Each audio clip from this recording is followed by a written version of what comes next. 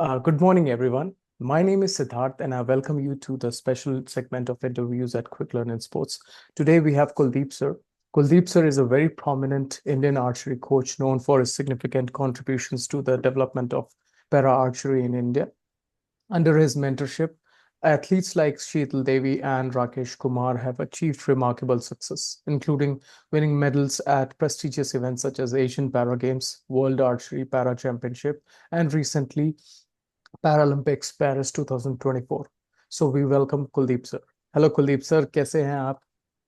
Hello sir. मैं ठीक हूँ। आप कैसे हैं? बस बहुत बढ़िया। आपसे actually I am very excited, आपसे मिलके आपसे बात करके करने का अवसर मिल रहा है, और स्पेशली आर्चरी के बारे में जानने का अवसर मिलेगा मुझे। तो मैं बहुत एक्साइटेड हूँ। और मैं स्टार्ट करता हूँ सर पहले क्वेश्चन से कि सबसे पहला क्वेश्चन फंडामेंटल, व्हाई आर्चरी? आप आर्चरी में कैसे आए, और फिर उसके बाद आपने कोच का पाथ कैसे चूज किया? सर देखो, आर्चरी मतलब एक ऐसा गेम है जो हमारे मतलब बात करें महाभारत रामायण, मतलब हमारे कल्चर से जुड़ा हुआ है। सही बात। हमारे मतलब अध्यात्म से जुड़ा हुआ है। सही बात। और मैं इंडियन आर्मी में था। अच्छा। और इंडियन आर्मी में मतलब सर्विंग के दौरान मैंने आर्चरी शुरू किया। और 2008 में हम्म। मैंने एज ए कोच अपना करियर स्टार्ट किया। और 2008 में ही डिस्ट्रिक्ट बागपत उत्तर प्रदेश में हम्म। एक छोटा सा गांव है धनोरा टीकरी। हम्म। धनोरा टीकरी मेरा गांव है, जो डिस्ट्रिक्ट बागपत उत्तर प्रदेश में आता है। तो वहां पे हमने एक एकेडमी का स्टार्ट किया जिसका नाम वेदवान आर्चरी एकेडमी रखा। और वहां से सैकड़ों बच्चे निकले जो नेशनल और इंटरनेशनल में उन्होंने पदक जीते। और हम्म। आज नियर अबाउट 30-40 बच्चे हैं। मतलब मैंने कभी काउंट नहीं किया, पर मोर देन 40 आई थिंक 50 बच्चे हैं जो इंडियन आर्मी, नेवी, एयरफोर्स हम्म। और यूपी पुलिस, दिल्ली पुलिस, मतलब डिफरेंट डिफरेंट सर्विसेज में जॉब करते हैं। राइट। जी। राइट। तो तो आर्मी से आपका ये स्टार्ट हुआ आर्चरी के लिए जुड़ाव। लेकिन आप बोल रहे हैं 2008 से आप कोच कर रहे हैं, तो अभी ऑलमोस्ट 16 साल हो गए। अभी तक ऐसा आपको क्या इंटरेस्टिंग एक सीखने को मिला है इस स्पोर्ट के थ्रू, या फिर एक कोई कहानी आप बताना चाहें जो कि बहुत इंटरेस्टिंग हो इस फील्ड में? सर जब मैंने आर्चरी एज ए कोच इसको मतलब स्टार्ट किया, मैं हम्म। आपको थोड़ा सा बताऊंगा कि मैं अपने ही गांव में था। और एक वहां पे महापंचायत थी हम्म। गन्ने को लेकर के, क्योंकि पश्चिम उत्तर प्रदेश में एक जो हम अगर हम्म। बात करें एग्रीकल्चर की, तो हम्म। वहां पे गन्ना बहुत ज्यादा होता है। राइट। तो लोग गन्ने का कोई इशू लेकर के इकट्ठा थे। तो राइट। मैंने सोचा कि क्यों नहीं आज मैं अपना मतलब यहाँ पे तीर छोड़ दूं। क्योंकि वहां पे मतलब काफी लगभग 10,000 लोग थे। हम्म। और गन्ने को लेकर के मतलब काफी कुछ चर्चा चल रही थी। और उसी टाइम ओलंपिक हुए थे, हम्म। बीजिंग बीजिंग ओलंपिक, हम्म। हम्म। चाइना में। तो वहां राइट। पर अभिनव बिंद्रा ने मेडल लेकर के इतिहास रचा था, पहला देश को गोल्ड मेडल था। राइट। राइट। और लोग जान ही रहे थे क्योंकि मेडल आया था। राइट। तो उसी दौरान मैंने उस पंचायत के दौरान मतलब वहां पे मंच पे जाकर के अपनी बातें रखी कि हम्म। मैं भाई इंडियन आर्मी से हूँ, हम्म। खुद एक आर्चरी प्लेयर हूँ। और मैं अभी यहाँ पे अपने ही गांव में, अपने ही क्षेत्र में एक एकेडमी खोलना चाहता हूँ, जिसके माध्यम से हमारे गांव के ही नहीं, पूरे क्षेत्र के, डिस्ट्रिक्ट के और आसपास के डिस्ट्रिक्ट के बच्चे इसके माध्यम से देश को नेशनल और इंटरनेशनल मेडल दिलाने का काम करेंगे। तो वहां राइट। वहां पे वो दिन था और आज का दिन है कि जब मैंने नींव रखा था 2008 में, 8 में। अपने ही गांव में, अपने ही डिस्ट्रिक्ट में, अपने ही प्रदेश में। राइट। और आज मैंने मतलब देश के विभिन्न प्रदेशों में जाकर, मैं बात करूंगा पुडुचेरी की, जहां पे कभी आर्चरी नहीं होती थी। हम्म। और पुडुचेरी में भी हमने नेशनल इंटरनेशनल मेडल दिए। वहां पे एक एकेडमी का गठन किया और आज वहां पे 5-6 हम्म। एकेडमी चलती है, जिसके मतलब संचालक वो सारे मेरे स्टूडेंट ही है। और 2017 में हमने जम्मू कश्मीर में ज्वाइन किया, श्री माता वैष्णो देवी श्राइन बोर्ड में। और जब मैं जम्मू कश्मीर में ज्वाइन किया आर्चरी, यहाँ पे कोई नेशनल इंटरनेशनल मेडल नहीं था। आज हमारे पास में सैकड़ों नेशनल मेडल है, I think more than 50 plus international medal है। और जे को पहला Arjun award right. Shri Mata Vaishno Devi archery academy और हमारे ही माध्यम से, मतलब शीतल देवी ने दिया है। राइट। और दूसरा अर्जुन अवार्ड अभी राकेश लाइन में है, क्योंकि अभी उसका पैरालंपिक में मेडल आ चुका है, तो most probably with in 2-3 months Rakesh का भी अर्जुन अवार्ड हो जाएगा। चलिए, ये तो बहुत अच्छी खबर है। आई मीन इतनी छोटी सी जर्नी में आपने इतने बड़े अचीवमेंट ऑलरेडी कर लिए हैं। बहुत बहुत बड़ी बात है। और स्पेशली आर्चरी के लिए, जैसे आपने कहा कि हमारा आध्यात्म से जुड़ा है, हमारे हिस्ट्री से जुड़ा है। और जब हम देखें ओलंपिक्स में मेडल कम हो जाते हैं, या फिर चलिए मैं इस टॉपिक पे आता हूँ कि ओलंपिक 2008 की आप बात करें, जब आपने इसकी नींव रखी थी, राइट? और अभी तक में मेडल टैली आप देखेंगे तो वो बहुत लो है, वो ज्यादा कुछ बड़ी नहीं है। हालांकि ऐसा है कि पिछले कुछ सालों में गवर्नमेंट ने काफी प्रयास किए हैं सपोर्ट करने का स्पोर्ट्स को और स्पोर्ट्समैन को, लेकिन वो टैली कम क्यों रह जा रही है? इसके पीछे आप क्या रीजंस, क्या सोचते हैं? आपको क्या लगता है ग्राउंड में ऐसी क्या प्रॉब्लम है? तिवारी जी, मैं आपको बताऊंगा। आपका क्वेश्चन पहले तो बहुत ही अच्छा है, बहुत रेलेवेंट है स्पोर्ट्स को लेकर के।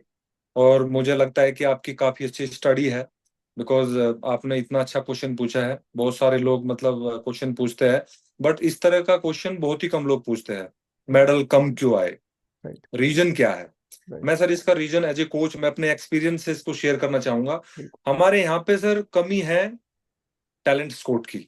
हम्म। हमारे पास में मैं जितने भी कोचेस है, मैं आर्चरी की बात नहीं करूंगा, मैं हर एक स्पोर्ट्स की बात हम्म। करूंगा। हम्म। और इस वीडियो के माध्यम से, ये वीडियो थ्रू आउट इंडिया जाएगी, मे बी वर्ल्ड में भी जाएगी, लोग सीखेंगे राइट। और लोग इस चीज को एक्सेप्ट भी करेंगे कि नहीं, कोच कुलदीप वेदवान ने सही कहा है। Sir right. हमारे यहाँ पे क्या होता है, कोई भी बच्चा आए, हम लोग क्या करते हैं, उसको रख लेते हैं। ओके, आया हम्म। है सर, मैं आर्चरी सीखना चाहता हूँ, इंटरेस्टेड हूँ, बट उसका कोई टैलेंट स्कोट नहीं हुआ है। हम्म। हम्म। टैलेंट स्कोट के बिना ही कोचेस उसको रख लेते हैं। और समझो कि एक कोच के पास में 100 बच्चे आ गए, अब हाँ। 100 में से 5 निकल गए, तो वो आए हैं, आ रहे हैं अपने आप से, कोई टैलेंट स्कोट नहीं है। जो बच्चे 100 में से 5 निकल गए, हम्म। अरे 95 का क्या हुआ? बिकॉज उनका टैलेंट स्कोटिंग नहीं हुआ था। तो हम्म। इसलिए वो बच्चे एक सर्टन लेवल पर जाकर नेशनल मेडल तक गए, नेशनल मेडल लिया, नेशनल गेम मेडल लिया, इंटरनेशनल में सेलेक्ट हुए, और जाकर के खेलकर आगे पार्टिसिपेट करके आ गए, मेडल नहीं आया। तो हम्म। ये मेरा मानना है, मैं गलत हो सकता हूं, मेरा ये मानना है कि हमारे यहाँ हम्म। टैलेंट स्कोर की कमी है। और इसके लिए मैं इसमें कुछ ऐड करना चाहूंगा कि किस तरीके से हम टैलेंट स्कोर करें, राइट। क्या हमारा स्कीम हो, किस तरीके से किया जाए। राइट। आज हमारे देश में भारतीय खेल प्राधिकरण, स्पोर्ट्स मिनिस्ट्री के माध्यम से बहुत अच्छी पहल की गई है। 2014 में टॉप्स स्कीम को लाया गया, राइट। 2017 में खेलो इंडिया को लाया गया। खेलो इंडिया के माध्यम से भी आज हमारे यहाँ पे टैलेंट स्कोटिंग का, टैलेंट का एक सही मतलब रास्ता दिखाया जा रहा है, बच्चों राइट। को लाया जा रहा है। राइट। लेकिन टैलेंट स्कोट नहीं हो पा रहा हम्म। ग्रास रूट से। राइट। वो कैसे हो, जो मेरा मानना है, सर हमारे यहाँ पे पूरे भारत में नियर अबाउट 800 डिस्ट्रिक्ट है। हम्म। हम्म। और अगर भारत सरकार, राज्य सरकारें, उनके एक कोलोब्रेशन में एक ऐसा टीम बने, हम्म। या तो राज्य सरकार ही अपना हर एक डिस्ट्रिक्ट में टीम बनाए, हम्म। या भारत सरकार के माध्यम से बने, जैसे भी हो, राइट। हर एक डिस्ट्रिक्ट में एक टैलेंट स्काउटिंग टीम हो। हम्म। और वो टीम बिल्कुल, मतलब उसमें जो एक्सपर्ट्स हो, राइट। डॉक्टर हो, फिजियोज हो, हम्म। स्पोर्ट्स साइंस की टीम हो, हम्म। या सेलेक्टर्स हो, या कोचिस हो, वो बहुत ही प्रोफेशनली हो। राइट। और वो लोग क्या करें, एक डिस्ट्रिक्ट में नियर अबाउट 100 स्कूल होते हैं सर। हम्म। मैं एक मेरे पास में मतलब एक पक्का एक आंकड़ा एवरेज नहीं नहीं है। है, आंकड़ा नहीं है कि इतने ही होंगे, वो अप डाउन हो सकते हैं। हाँ। गवर्नमेंट स्कूल है, प्राइवेट स्कूल्स है, 50 भी मान के चलते हैं तो आई 50 थिंक भी मान के बहुत चलिए आप। बहुत है। अगर एक टैलेंट स्काउटिंग टीम डिस्ट्रिक्ट हम्म। में गठन हो, और हाँ। वो टीम हर एक स्कूल को, समझो 50 स्कूल है, हम्म। और हर एक स्कूल को विजिट करे, हम्म। और वहां पर जाकर के बच्चों का टैलेंट स्काउटिंग करे, हम्म। और उन बच्चों को टैलेंट स्काउट करने के बाद में उनको बताए कि आप ये स्पोर्ट्स कर सकते हो। क्योंकि एक बच्चा 2 स्पोर्ट्स के अंदर, मतलब उसकी जो मसल पावर है, या उसका जो मतलब टैलेंट है, वो राइट। एक कोई भी जो मतलब सेलेक्टर होते हैं हम्म। या जो टैलेंट स्काउटिंग टीम होती है, वो उनको सजेशन देते हैं, आप राइट। बेटे स्विमिंग कर सकते हो, या। आर्चरी कर सकते हो, या बिल्कुल। एथलेटिक में ये इवेंट कर सकते हो, राइट। किसी भी गेम के, तो आप 2 इवेंट में करोगे तो आप अच्छा कर जाओगे, और वो राइट। इवेंट हो जो ओलंपिक में खेले जाए। मेरा ये रिक्वेस्ट है हम्म। कि इवेंट उनको वो सजेस्ट किए जाए कि जो ओलंपिक इवेंट हो। बिल्कुल।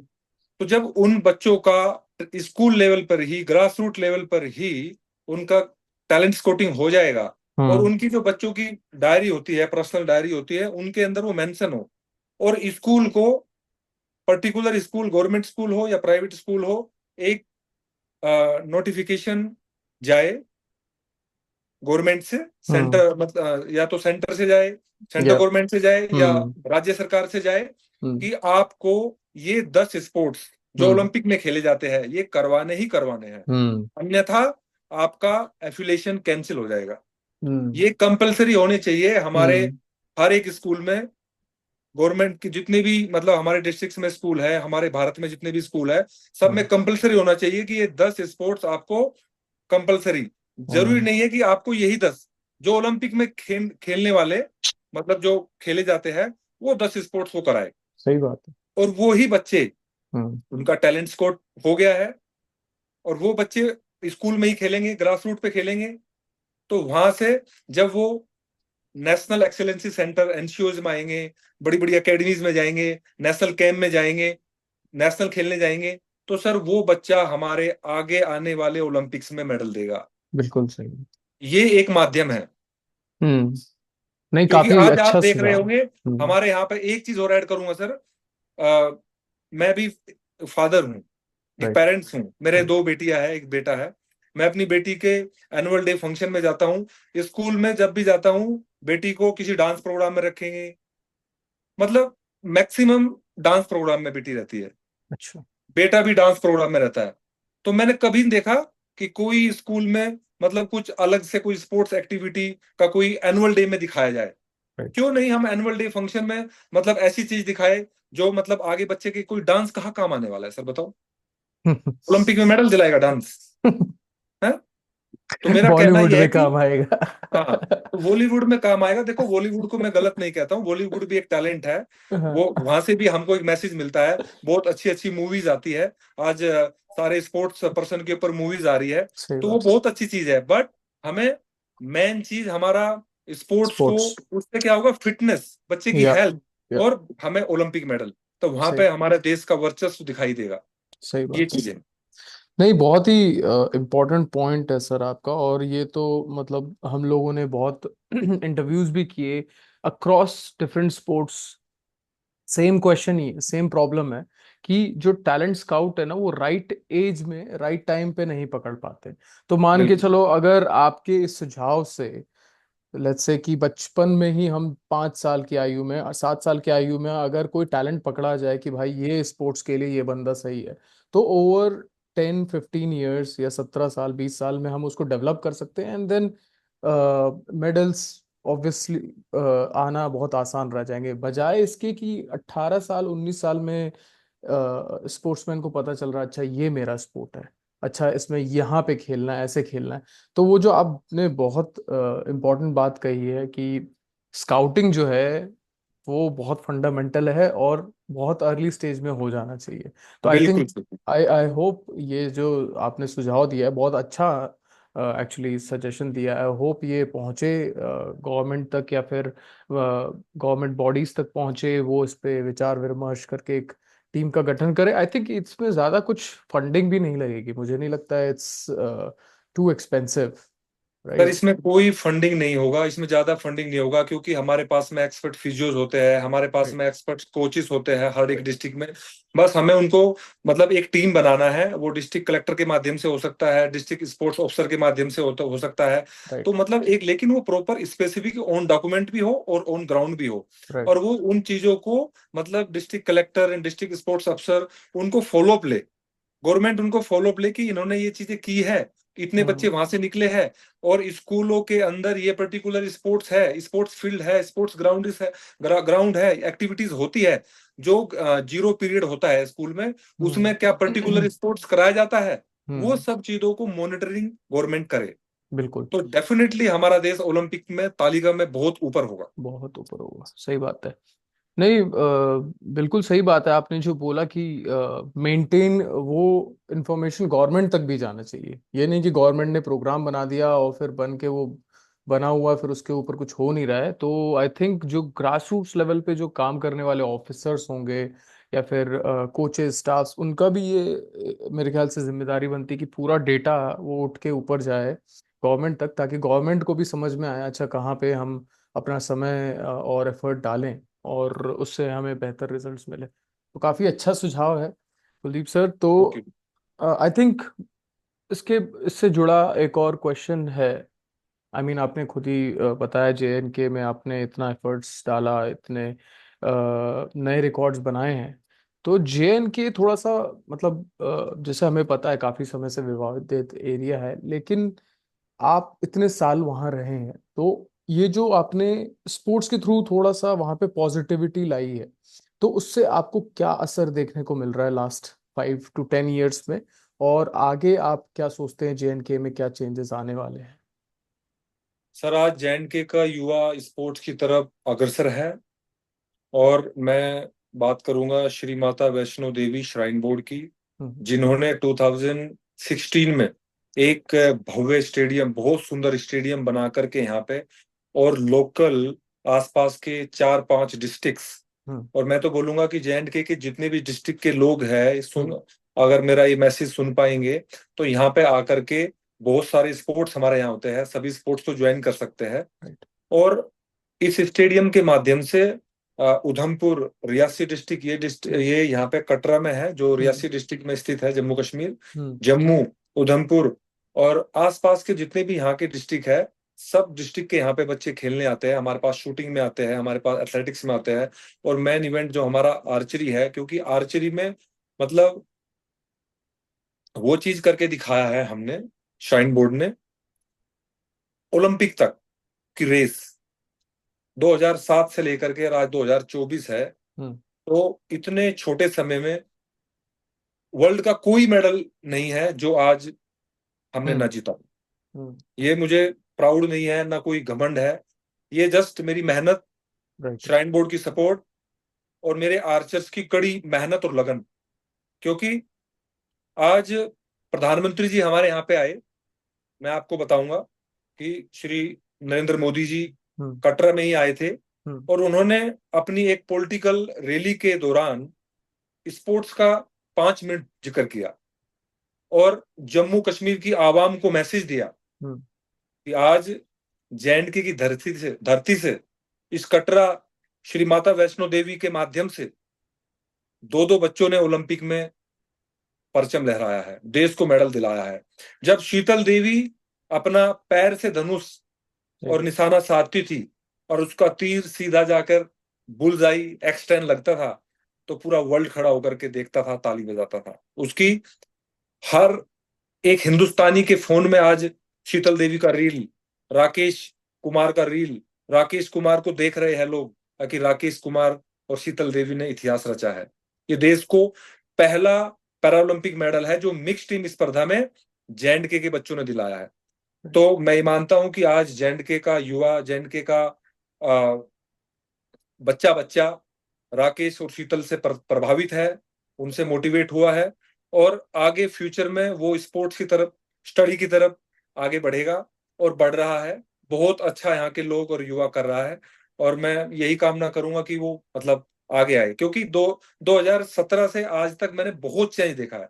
हम्म। और यहाँ पे जैसे लोगों की मतलब माइंड में होता है कि नहीं जम्मू कश्मीर में तो मिलिटेंसी है, ये है, सही बात, हाँ। ऐसा कुछ नहीं है। मैं भी हम्म। 2017 से यहाँ हूँ, हम्म। हम्म। मेरे कान के पास से तो कोई गोली गई नहीं। हाँ, मैंने कभी यहाँ पे ऐसा कुछ नहीं देखा है। बहुत पीसफुल है, राइट। बहुत अच्छे लोग हैं, लोकल लोग यहाँ के, राइट। बहुत अच्छा, मतलब उनकी बहुत अच्छी सोच है, बहुत हम्म। पॉजिटिव है। हम्म। और देखो यहीं के बच्चों ने ओलंपिक मेडल लाके दिखाया है। राइट। शीतल जिसको दोनों हाथ ही नहीं राइट। है नहीं, राकेश जो अपना लाइफ में सब कुछ खो चुका था, व्हील चेयर पे बैठा था, मैंने जब उसको टैलेंट स्काउट किया, उसके घर जाके उसको देखा, उसको मोटिवेट किया, उसका पूरा टैलेंट स्काउटिंग उसके घर पे बैठ के किया, उसको गाइड किया, उसको बताया, और वो दिन था और आज का दिन है।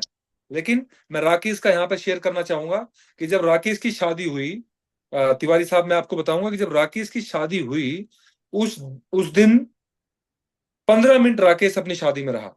हम्म 15 मिनट के बाद राकेश ने अपनी जो कटार होती है, एक हम्म कटार रखते हैं मतलब शादी के हम्म फंक्शन के दौरान, राइट। वो कटार अपनी वाइफ की बिल्कुल बाजू पे, जिस चेयर पे राकेश बैठा था वहां रखकर, और हम सीधा मुंबई, एक अवार्ड फंक्शन था, एक आर्चरी का कोई फंक्शन था, हम्म सीधा वहां पे निकल गए।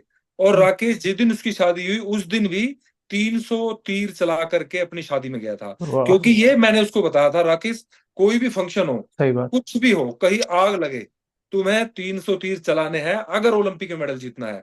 और राकेश को वो बातें कभी वो भूला नहीं, और उसने वो अपनी शादी के दिन भी करके दिखाया। इतना डेडिकेटेड, इतना मतलब मोटिवेशनल, मतलब मैंने कभी अपना कोई आर्चर नहीं देखा। तो राकेश को मैं देखता हूं, मैं उससे खुद मोटिवेट हो जाता हूँ। शीतल को मैं देखता हूँ, क्योंकि शीतल 3 साल हो गए मेरे पास आए हुए, हम्म आज तक अपने घर नहीं गई। तो हम्म मैंने पूछा, शीतल बेटे घर जाना है? क्योंकि वो जानती है सर तो मतलब बोलते हैं प्रैक्टिस करो, यहाँ पे आपको जीतना है, वहां पे। शीतल क्या बोलती है, सर मैं 13 साल से अपने घर ही थी, मैंने घर रह के क्या कर दिया? सही सर ये बात। मेरा घर ही है, मेरी माँ मेरे साथ में है, मेरी बहन मेरे साथ में है, मेरा गुरु मेरे साथ में है, तो मुझे सर घर पे क्या करना है, मेरे फादर साहब मेरे पास आ जाते हैं। तो सर सही ये डेडिकेशन है मतलब, और ये सही। चीजें मैंने बच्चों को सिखाया है। इवन शीतल और राकेश को नहीं, मैंने हर एक आर्चर को, एक ज्योति है मेरी, ज्योति बालियान, जो हम्म पैरा ओलंपियन है, हम्म अभी साई में कोच की जॉब करती है, हम्म और अभी भी मतलब वो 1 पॉइंट से रह गई थी। हम्म और जो तीसरी बच्ची है मेरी जो पैरा ओलंपिक गई थी, हम्म सरिता, वो भी हम्म मेरी स्टूडेंट है। हम्म, तो मैंने सब बच्चों को यही सिखाया है। मधु वेदवान है, राइट मतलब मेरे सैकड़ों बच्चे हैं जो सर नेशनल में मतलब मेडल जीते हैं। राइट 30-40 बच्चे हैं जो इंडियन आर्मी, नेवी, एयरफोर्स सब जगह जॉब कर रहे हैं, और उन्होंने नेशनल इंटरनेशनल जीत करके देश को गौरवान्वित किया है। तो राइट। मैं सबको यही बताना चाहूंगा कि आप जे एंड के बच्चों से ये सीखे। मैं पूरे भारत के हर एक राज्य, हर एक डिस्ट्रिक्ट को, हर एक डिस्ट्रिक्ट के बच्चे को ये कहना चाहूंगा कि आप इन बच्चों से सीखें और इन बच्चों की तरह अपने देश को मेडल दिलाएं। बिल्कुल सर। और आपने जो बात कही ना कि डिसिप्लिन, मतलब every day you have to make 300 arrows, तो वो जो डिसिप्लिन रोज का है, चाहे कुछ भी हो वो करना है। आई थिंक यही वो चीज है जो कि एक, मेरे ख्याल से ओलंपिक जैसे स्टेज पे एथलीट्स को या फिर स्पोर्ट्स पर्सन को वो मुकाम हासिल करके देता है। तो सर आप जब ये बात कर रहे हैं कि आपने उनको ट्रेनिंग दी इस चीज की, आई एम श्योर कि स्टार्टिंग फेज में वो बहुत डिफिकल्ट होगा उनको, ये माइंडसेट, ये ट्रेन करना उन लोगों को ये डिफिकल्ट होगा। तो मुझे आप वो बताएं कि स्टार्टिंग के फेजेस में आप कैसे बच्चों को ट्रेन करते हैं, या फिर उनमें वो मोटिवेशन कहाँ से वो भरते हैं कि भाई ये चीज तुम्हें करना ही है चाहे कुछ भी हो जाए। तो वो, क्योंकि मान लीजिए मैं हूं, मेरे को आपने बोला कि भाई तुझे आज से आर्चरी करनी है, बट मेरे को तो कुछ पता ही नहीं है आर्चरी के बारे में, और ना ही मैंने कुछ सुना है। और आप मेरे को फिर वो मोटिवेट करके मेरे को 3 साल तक ट्रेन करके आप मेरे को वहां तक पहुंचा देते हैं। तो वो स्टार्टिंग फेज में जो है माइंडसेट ट्रेनिंग आप कैसे देते हैं, क्या करते हैं आप, क्या बातें करते हैं? सर हम जब बच्चे को लेके आते हैं टैलेंट, हम एक तो पहले जो भी बच्चा हमारे पास आता है उसका हम प्रॉपर स्कूल में जा करके, कॉलेज में हम्म जा करके, और जहां से भी जिस बच्चे को लाते हैं एक प्रॉपर उसका टैलेंट स्कोटिंग करते हैं। हम्म और फिर उन बच्चों को एज ए मतलब कोच, बेसिक लेवल पे, I am not hmm psychologist, hmm हाँ, तो मुझे यहाँ पे मतलब गलत ना समझे। एक बच्चे को जब एक साइकोलॉजिस्ट की जरूरत होती है, वो हम नेशनल लेवल पे, हमारे पास में स्पोर्ट्स साइकोलॉजिस्ट भी है, हम्म हमारे पास में फिजियोथेरेपिस्ट भी है, पर हम्म ग्रास रूट लेवल पर एक कोच ही मतलब हम्म, वो सारे रोल अदा करता है। सही बात। हाँ, हम्म तो हम उनको साइकोलॉजिकल मोटिवेट करते हैं, उनको फ्यूचर का मतलब उनको आगे का 5 साल का बताते हैं कि विजन। आपको विजन क्या होगा, आपके हम्म शॉर्ट टर्म गोल्स क्या होंगे, लॉन्ग टर्म हम्म गोल क्या होंगे, हम्म आपको क्या क्या अचीव करना है, आपको स्टडी कैसे करना है, स्टडी राइट। के साथ साथ आपको स्पोर्ट्स कैसे करना है।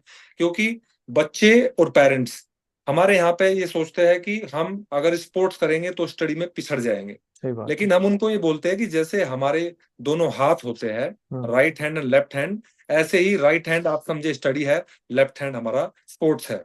तो राइट। हम बिना हाथ के चल नहीं सकते ना। तो सही हम क्या बात। करते हैं कि जैसे हमारे दोनों हाथ हमारे साथ में हमें सपोर्ट करते हैं चलने के लिए, दोनों पैर हमारे सपोर्ट करते हैं, ऐसे ही स्पोर्ट्स को समझे, ऐसे ही स्टडी को समझे, और दोनों को पैरेलली लेके चले आप।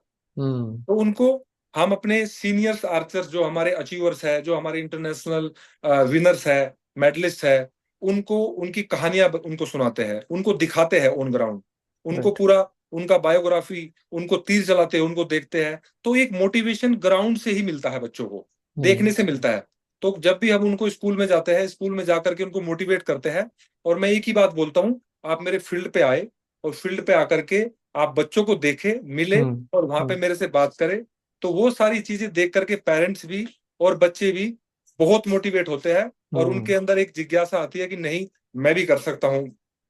सही। अगर मैं स्पोर्ट्स करूंगा, मैं भी इंटरनेशनल मेडल जीत सकता हूँ। क्योंकि मेरे साथ में, मेरे पास में बहुत सारे बच्चे ऐसे हैं जो स्टडी के साथ साथ हम्म। इंटरनेशनल मेडलिस्ट है। एक हम्म। बच्चा मेरा कंप्यूटर साइंस से बीटेक कर रहा है, हम्म। वो इंटरनेशनल मेडलिस्ट है। तो हम्म। सारे बच्चे स्टडी में बहुत अच्छे हैं, और साथ आर्चरी में में तो, स्पोर्ट्स। हम्म। हाँ, स्पोर्ट्स में तो बहुत अच्छा कर ही रहे हैं। हम्म। तो एक मोटिवेशन यहीं से, क्योंकि कोच को बेसिक लेवल पर, हम्म। ग्रास रूट लेवल पर एक साइकोलॉजिस्ट भी बनना पड़ता है, सही। एक फिजियोथेरेपिस्ट भी बनना पड़ता है, और एक ग्रास रूट लेवल कोच भी बनना पड़ता है, और इलीट लेवल सारा रोल उसको करना पड़ता है। हम्म। लेकिन यहाँ पे मैं करेक्ट करूं, कोच कभी भी साइकोलॉजिस्ट नहीं हो सकता है। सही बात। क्योंकि एक सर्टन लेवल पर जब हमारा आर्चर एथलीट नेशनल लेवल पे आता है, नेशनल लेवल मेडल जीतने लगता है, तो हमें एक स्पेसिफिक स्पोर्ट्स साइकोलॉजिस्ट, एक टीम हम्म। होती है स्पोर्ट्स साइंस की,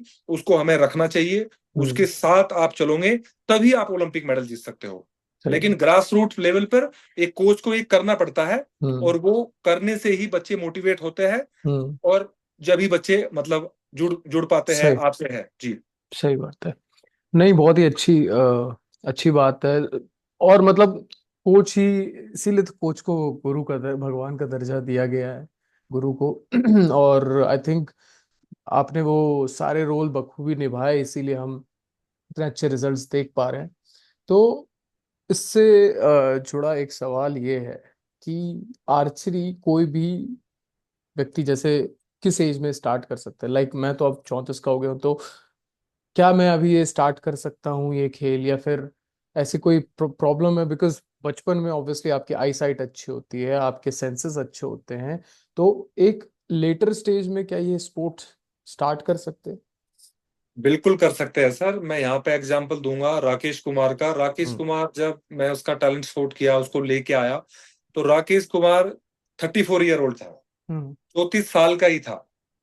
और 34 साल का एक लड़का आर्चरी ज्वाइन करता है, और with in 5 6 7 year, hmm. 7 year वो ओलंपिक पैरालंपिक में मेडल जीतता है। तो ये अपने आप में प्रूव करता है कि स्पोर्ट्स की कोई एज नहीं है। हम्म। लेकिन मैं यहाँ पे बताना चाहूंगा बच्चों के लिए, अगर कोई 8 9 साल का बच्चा, 10 12 हम्म। साल का बच्चा स्पोर्ट्स ज्वाइन करता है, हम्म। तो उसके लिए बहुत इजी होता है to hmm. Reach Olympics. Right. But जो लेट एज में शुरू करते हैं, तो मेहनत करने वालों की कभी हार नहीं होती, ये मेरा मानना बिल्कुल।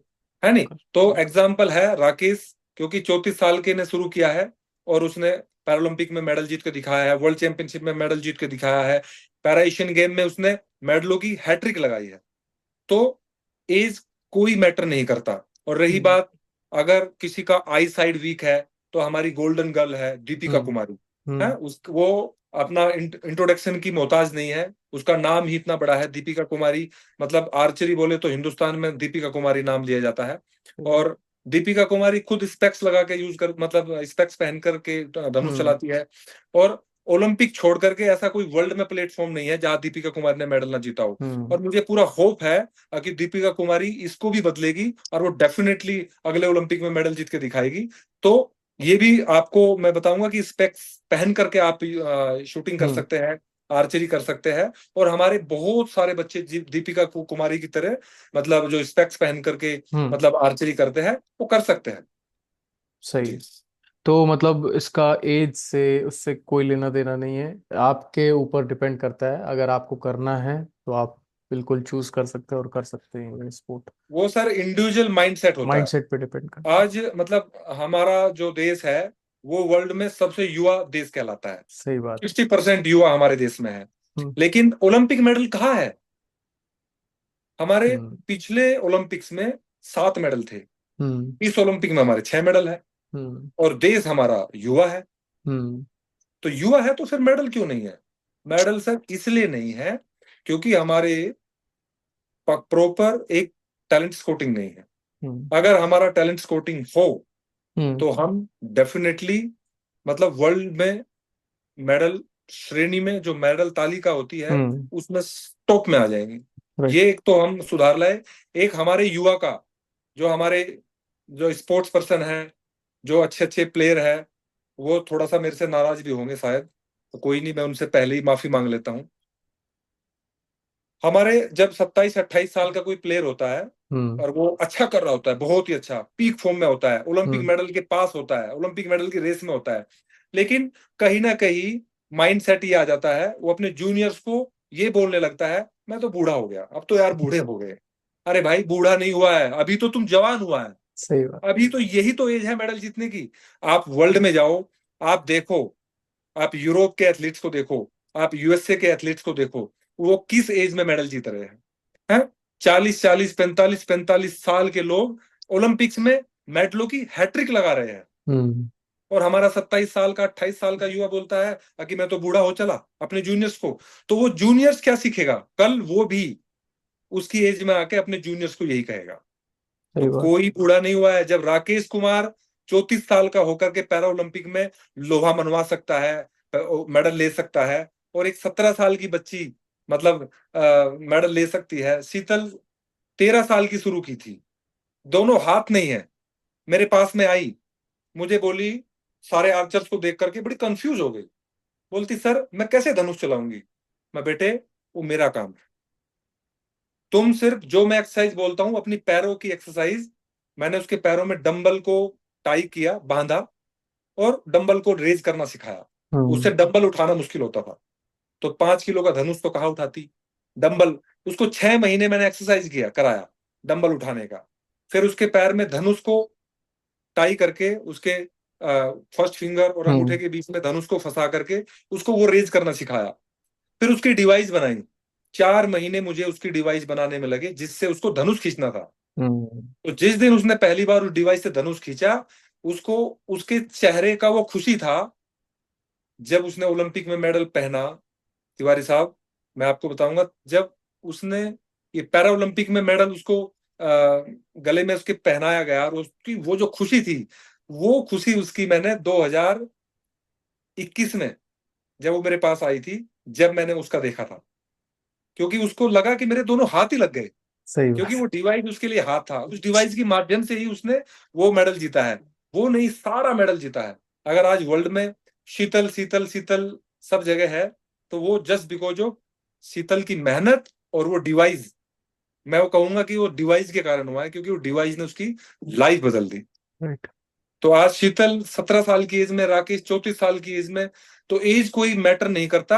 हम्म। आप सिर्फ अपनी सोच को बदलिए। सही बात है। आप 30 साल के भी होकर के 35 साल के होकर भी ओलंपिक मेडल जीत सकते हो। और बिल्कुल। मैं अपने युवा से, हर एक प्लेयर से, हर एक एथलीट से ये गुजारिश करूंगा, रिक्वेस्ट करूंगा कि आप ये चीज कर सकते हो और देश को ढेरों ओलंपिक मेडल दिला सकते हो। एक बिल्कुल। नहीं, कई सारे मेडल दिला सकते बिल्कुल। आई थिंक सही बात है सर। मैं भी खेलने जाता हूँ फुटबॉल, तो मेरे साथ के काफी लोग हैं जो कि 17 से 27 28 तक के हैं। और जो 27 26 27 वाले हैं, वो उनकी भी यही सोच रहती है कि अब तो बुढ़ापा आ गया। हो। और मतलब बिल्कुल। इतनी इतनी फनी बात है कि हाँ। लोग आजकल 50 के होके कुछ लोग एक से एक काम कर रहे हैं। मतलब चलिए 50 छोड़िए, आप रोनाल्डो को देखिए या फिर मेसी या फिर सुनील छेत्री, हमारे 39 40 के होके वो लोग नहीं बोलते कि भाई मैं बूढ़ा हूँ, मुझे और करना है। तो ये आज जी छब्बीस जी साल जी। के लोग कैसे मतलब ये समझ के बोल रहे हैं, मुझे समझ में नहीं आता। अभी आप सुनील छेत्री जी को देखिए, हम्म। जब वो फुटबॉल ग्राउंड में उतरते हैं, मतलब एक बिजली की तरह दौड़ते हैं। सही बात। फुटबॉल को मतलब ऐसे, मतलब कोई बोलेगा वो 39 के है? नोबडी विल बिलीव, कोई मतलब बिलीव नहीं कर सकता कि मतलब उनका जो स्पीड है एक 18 साल के लड़के को, वो तो नहीं बोलते कभी कि मैं बूढ़ा हो गया। आज तक सही। मैंने उनका बहुत सारा स्पीच सुना, बहुत सारा वो मतलब जगह बोलते हैं, बहुत सारा मीडिया के सामने आके बोलते हैं। आज तक सुनील छेत्री ने कभी भी ये नहीं बोला कि हम्म। मेरा तो एज हो गया। राइट। उनका जो स्पीच आता है इतना मोटिवेशनल होता है, और मतलब उन्होंने देखो फुटबॉल को एक नाम दिया है इंडिया में। सही बात। तो फिर हमारे युवा को उनकी तरह सोचना चाहिए, सचिन सही। की तरह सोचना चाहिए। अभी सचिन तेंदुलकर को देखो आप, तो मतलब जिसका भी आपने मतलब रोनाल्डो का नाम लिया, मेसी का नाम लिया, तो आप हमारे ही, मैं लूंगा अपने ही गेम में हम्म। तरुणदीप राय। हम्म।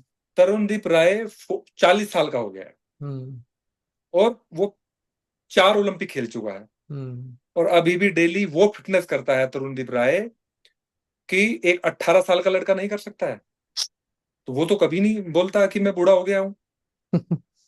वो आज भी बोलता है कि मैं फिट हूं, मैं बिल्कुल जवान हूं। मतलब वो जवान और बूढ़े वाली बात ही नहीं करता, वो हमेशा फिटनेस की बात करता है, फिट रहने की बात करता है, बिकॉज वो इंडियन आर्मी से है, वो सही एक बात है। इंटरनेशनल एथलीट है, एक ओलंपियन है। मतलब तरुणदीप राय की जितनी मैं मतलब बात करूं उतनी कम है। तो तो हमारे सर आई थिंक ये एक माइंडसेट है, जवानी और बुढ़ापा ये तो सारा आपके दिमाग में चल रहा है खेल है ना। आपको छोटी सी इंजरी हो गई, आपको चार लोगों ने बोल दिया तेरी स्पीड कम हो गई है भागने की, तेरा स्टेमिना कम हो गया, तो लोग वैसे हो जाते हैं कि अरे, मतलब वो सोचने लगते हैं और फिर उनको लगता है हाँ मेरी एज हो रही है, शायद मेरा ये कम हो रहा है।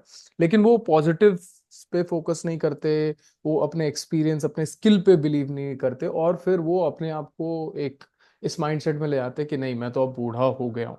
तो आपने बोला कि आपने साइकोलॉजिस्ट तो नहीं हो बट आपको काफी ज्ञान भी है, तो कोई आपके पास ऐसा नुस्खा है क्या कि आप अपने ये जो जितने भी यंग ओल्ड चैप्स जो लोग हैं जो अपने आप को बूढ़ा बुला रहे हैं, उनको कोई दिमाग में ऐसा नुस्खा डाल दें कि भाई तुम बूढ़े नहीं हो, चाहे तुम इंजर्ड हो चाहे तुम स्लो हो गए हो, तुम बूढ़े नहीं हो, you have to give it every day. तो उसका कोई नुस्खा या फिर कोई तरीका शॉर्टकट इनके लिए? सर वर्ल्ड में ना ऐसी कोई दवाई नहीं है, ठीक है, अगर हम किसी को दे दे। ये जो माइंड है ना, ये किसका है? खुद का है, राइट। हर एक के पास है। राइट। बट जो मोटिवेशनल स्पीच होती है, वर्ड्स होते हैं, वो बहुत इंपॉर्टेंट है। हम्म। हम्म। मैं यहाँ पे एक बात बोलूंगा सर, कोच होते हैं ना, हम्म। चाहे वो माइंड कोच हो हम्म। या किसी स्पोर्ट्स के पर्टिकुलर, जैसे मैं आर्चरी कोच हूँ, कोई हम्म। फुटबॉल कोच है, कोई हम्म। बास्केटबॉल कोच है। कोच क्या करते हैं, कोचिज क्या करते हैं? डायमंड फेंकते हैं। हम्म। जब वो फील्ड में होते हैं ना, they are hmm. Throwing diamond. Hmm. और किसको कितने उठाने हैं वो डिपेंड करता है बच्चों के ऊपर। वो किसी हम्म। भी प्लेयर को ऐसा नहीं है कि वो उसी को पर्टिकुलर ज्यादा कोचिंग देते हैं। हम्म। कुछ बच्चे ये भी सोचते हैं कि हम्म। नहीं, कोच साहब तो फलाने बच्चे को ही ज्यादा या ध्यान देते ढिमके हैं। बच्चे को ही ज्यादा ही देखते हैं, उसको ज्यादा हम्म। देखते हैं, उसको ज्यादा, मुझे ज्यादा नहीं देखते। कभी कोई कोच ऐसा नहीं होता है। हम्म। कोचेस सबको बिल्कुल बराबर आंकते हैं, बराबर से देखते हैं, एक तरह से कोचिंग देते हैं। और मैं ये बोलता हूँ कोच डायमंड फेंकते हैं। किसको हम्म। कितने उठाने हैं वो उठा लो, वो आपके ऊपर डिपेंड है, आप सारे हम्म। उठा लो। भाई सही कोच बात। ने तो फेंक दिया ना ग्राउंड में। भाई हम्म। कोच तो आपको ज्ञान दे रहा है, आपको बता रहा है, इंडिविजुअल को बता रहा है, ग्रुप में लेक्चर दे रहा है। सही इवन बात। ऐसे ही जो मोटिवेशनल स्पीकर होते हैं, हम्म। साइकोलॉजिस्ट होते हैं, वो लोग भी ऐसे ही करते हैं। तो वो आपको बताएंगे, या ऐसा कोई किसी के पास नुस्खा नहीं है, कोई ऐसा पुड़िया नहीं है कि इसको घोल के पिला दे और वो हम्म। मतलब कुछ कर जाए। ऐसा कुछ नहीं है। आप अपने माइंड को इतना स्ट्रोंग बनाओ, हम्म। ऐसा सोचो कि बस मैं ही हूं। सही बात। हमेशा यही सोचना है कि आई एम द बेस्ट, हम्म। मेरे से अच्छा कोई है ही नहीं। और आप ऐसा सोचो, और अपने ही स्कोर को डेली बीट करो। आप सही बात। किसी के साथ अपने आप को कंपेयर मत करो। राइट। आप अपने ही स्कोर को डेली देखो कि मेरा कल क्या स्कोर था राइट। और आज मेरा क्या है, और हम्म। क्या मैंने आज कल से अच्छा किया है, क्या मैंने क्या कमी की है। आप हम्म। उसको डायरी में लिखो, हम्म। अपने माइंड में लिखो, अपने नोट में लिखो, जहां लिखना है लिखो, बट उसको विजुअलाइजेशन करो, राइट। उसको देखो विजुलाइज। अपने। राइट। यस। तो यू, विजुलाइजेशन तो बहुत ही अच्छा यस, पॉइंट बोला आपने, क्योंकि लोग यस, विजुलाइज नहीं कर पाते हैं चीजों को, तो इसीलिए थोड़ा मेरे ख्याल से लैक कर जाते हैं। और एक और इम्पोर्टेंट चीज सर मैं ये भी बोलना चाहूंगा, आपने बोला कि आई एम द बेस्ट करके थिंकिंग रखो। कई लोग, कई बच्चे ये सोच के कारण थोड़ा सा अहंकार के साइड भी चले जाते हैं कि मैं ही हूँ, बाकी सब तो बेकार है। तो वो सेपरेट नहीं हो पाता है। उसके लिए कुछ मतलब एक व्यक्ति को वो सेपरेट करना भी आना चाहिए। उसको ये भी नहीं लगना चाहिए राइट कि मैं ही हूँ और बाकी सब और मैं कंपैरिजन करूं, जैसे आपने बोला कंपैरिजन नहीं करना चाहिए, कि बाकी लोगों से भी कंपैरिजन में चालू हो जाते हैं और फिर वहां पे वो अपनी क्षमता कहीं ना कहीं लूज करने लगते हैं। तो वो एक कॉन्शियस एफर्ट होना चाहिए, आदमी को समझना चाहिए कि मैं तो हूँ, बट मुझे अहंकार नहीं करना है। नहीं, एक्चुअली क्या होता है, मैं थोड़ा सा इसमें ऐड करूंगा। हाँ। कुछ लोग, जैसे कि मैं आपको एग्जांपल दूंगा, अभी नीरज चोपड़ा हम्म। गोल्ड मेडल ले लिया। हम्म। नीरज चोपड़ा पूरे वर्ल्ड में छाया हुआ है। राइट। नवदीप ने गोल्ड मेडल लिया है, हमारा पैरा राइट। एथलीट है, राइट। पूरे वर्ल्ड में छाया हुआ है। हर भारतीय के फोन में है, रील में है। शीतल देवी हर भारतीय के फोन में है। अगर कहीं लोग सोचने लगे कि नहीं, उनको तो घमंड आ गया, हम्म। बहुत बड़े बन गए, क्योंकि सर मेरा ये मानना है कि आप कभी भी किसी की परवाह मत करो। हम्म। जब आप कुछ नहीं थे, जब लोग क्या बोलते थे, जब हम्म। आप कुछ बन गए, जब लोग क्या बोलते हैं, हम्म। और जब आप डाउन आएंगे, जब लोग क्या बोलेंगे, तो लोगों का काम है बोलना। हम्म। तो आप कभी भी किसी की परवाह मत करो। हम्म। आप ये मत सोचो कि लोग कहेंगे कि घमंड आ गया, या ये कुछ कर नहीं सकता। क्योंकि जब एक लड़का या कोई लड़की स्पोर्ट्स में आते हैं, कभी कभी तो गांव में ही बोलते हैं, अरे लड़की को भेज दिया, ये क्या कर पाएगी, अरे लड़के को भेज दिया, ये क्या कर हम्म। पाएगा। हम्म। लेकिन जब वो लड़का लड़की कुछ कर लेते हैं, वो डॉक्टर बन के आता है, वो हम्म। लड़की डॉक्टर बन के आती है, वो लड़की आईएएस बन के आती है, वो लड़की ओलंपिक में मेडल जीत के आती है, हम्म। मनु भाकर है हमारी, है नहीं। हम्म। तो फिर वही समाज बोलता है, अरे यार क्या उसके फादर ने गुड बढ़िया स्टेप उठाया है। जिस दिन मनु भाकर गई थी, वो पड़ोसी बोलते थे, लोग बोलते थे कि ये कुछ नहीं कर पाएगी यार, माँ बाप को शादी कर देनी चाहिए थी, ये कर देना चाहिए था। लेकिन जब मनु भाकर मेडल जीत के आई, ओलंपिक में लोहा मनवा के आई, तो लोग क्या बोलते हैं, लोग वही लोग हैं जो लोग नेगेटिव बोलते थे। तो हम्म। कभी भी किसी की परवाह नहीं करना। और कभी, मैं यहाँ पे मतलब जो आपने क्वेश्चन पूछा था कि कभी भी किसी प्लेयर को भी कोई घमंड नहीं करना।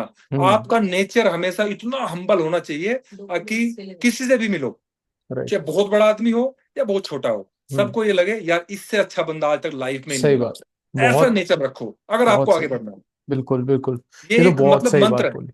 बिल्कुल। आई थिंक ये मतलब गीता में भी कहा ही जाता है।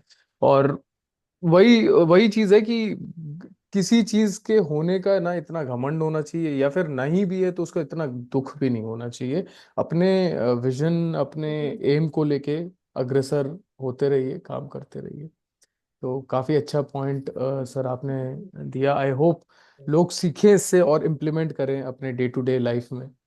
सर जाते जाते बस कुछ सवाल और बच गए हमारे, वो पूछता हूँ मैं। सर मुझे लगता है आर्चरी थोड़ा सा एक्सपेंसिव स्पोर्ट है, क्योंकि धनुष बाण थोड़ा सा महंगे आते हैं। तो मान लीजिए कि किसी बच्चे को जैसे मैं मथुरा में हूँ, तो मथुरा के किसी आसपास के गांव में आर्चरी किसी को करना है बच्चे को, और उसके पास उतने संसाधन नहीं, उतने पैसे नहीं, तो वो कैसे जाएगा इस स्पोर्ट को सीखने के लिए? सर आर्चरी बहुत एक्सपेंसिव गेम है, ये मैं हम्म। मानता हूँ। लेकिन हमारे यहाँ पे आर्चरी को तीन तरह के यहाँ पे धनुष होते हैं इंडिया में। हम्म। इंटरनेशनल में दो तरीके के होते हैं, एक कंपाउंड होता है, एक रिकव होता है। राइट। लेकिन इंडिया में एक वो और है जिसको हम हम्म। इंडियन राउंड बोलते हैं, जो हम्म। लकड़ी का बना होता है। ओके। और जिसको यहाँ पे all India university games, Khelo India hmm. University games, even all India nationals, junior से लेकर के सब जूनियर से लेकर के सीनियर तक खेले जाते हैं। हम्म। और उनके मेडल को भी इतनी ही प्राथमिकता दी जाती है। हम्म। हर एक सर्विसेज में मतलब उस हम्म। मेडल का वैल्यू है, हर अच्छा। जगह उसके लिए रिजर्वेशन मिलता है। तो जो 5 to 10,000 तक आ जाता है, और हम्म। उसको आप अपना गांव में अपने किसी भी आसपास की एकेडमी में जाके इंडियन राउंड के साथ भी स्टार्ट कर सकते हैं। कर सकते। तो आर्चरी बहुत एक्सपेंसिव नहीं है, और ग्रास रूट लेवल पर आपको इंडियन राउंड के साथ ही स्टार्ट करना पड़ता है। अगर आप उस बो के साथ स्टार्ट करते हो तो आगे जो हमारे इंटरनेशनल जो बो है, कंपाउंड एंड रिकर्व, जो ओलंपिक्स में और इंटरनेशनल वर्ल्ड कप्स में खेले जाते हैं, उनके साथ करने में इजी हो जाता है। तो बहुत इजी है आर्चरी को करना, और बहुत ही अच्छा गेम है। और मैं बताऊं, आर्चरी एक माइंड गेम है। जब एक बच्चा आर्चरी खेलता है, आर्चरी के साथ में समझो कि उसने 200 एरो चलाए, या आर्चरी का प्रैक्टिस विदाउट एरो किया, ओनली धनुष को खींच करके ड्रॉ करके प्रैक्टिस किया, तो मीन्स ऑफ दैट कि उसने 200 बार मेडिटेशन किया, बिकॉज उसको सही बात। येलो शूट करना है।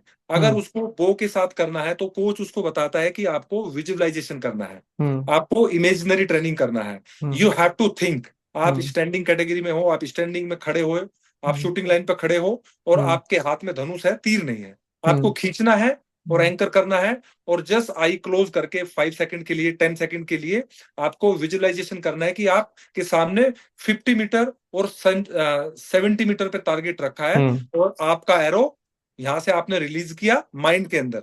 यू हैव टू थिंक कि आपने रिलीज किया और आपका एरो जाके 70 मीटर येलो में जाके लगा है, बुल्स आई में जाके लगा है। तो सर उसका मतलब आपने 300 बार 200 बार मेडिटेशन किया। तो archery is a mind game. Archery जो बच्चा करेगा, डेफिनेटली वो स्टडी में बहुत अच्छा करेगा, उसका माइंड स्ट्रांग होगा बेसिकली, माइंड स्ट्रांग हो जाएगा, बिकॉज ऑल द टाइम वो कंसंट्रेट कर रहा है अपने गेम के ऊपर। और मेडिटेशन भी, पूरा दिन अगर शूटिंग करता है तो पूरा दिन मेडिटेशन में खोया रहता है, वो किसी से बात नहीं करता, अपनी धुन में लगा है, बस 6 तीर चलाए, 70 मीटर गया, 6 तीर निकाले, वहां से आया, फिर 6 तीर चलाए, पूरा दिन यही अभ्यास करता है, और अपने ही मतलब काम में खोया रहता है। तो दैट इज मेडिटेशन, और इससे बड़ा मेडिटेशन कुछ नहीं हो सकता स्पोर्ट्स में। बिल्कुल। बहुत ही इंटरेस्टिंग बात थी सर ये।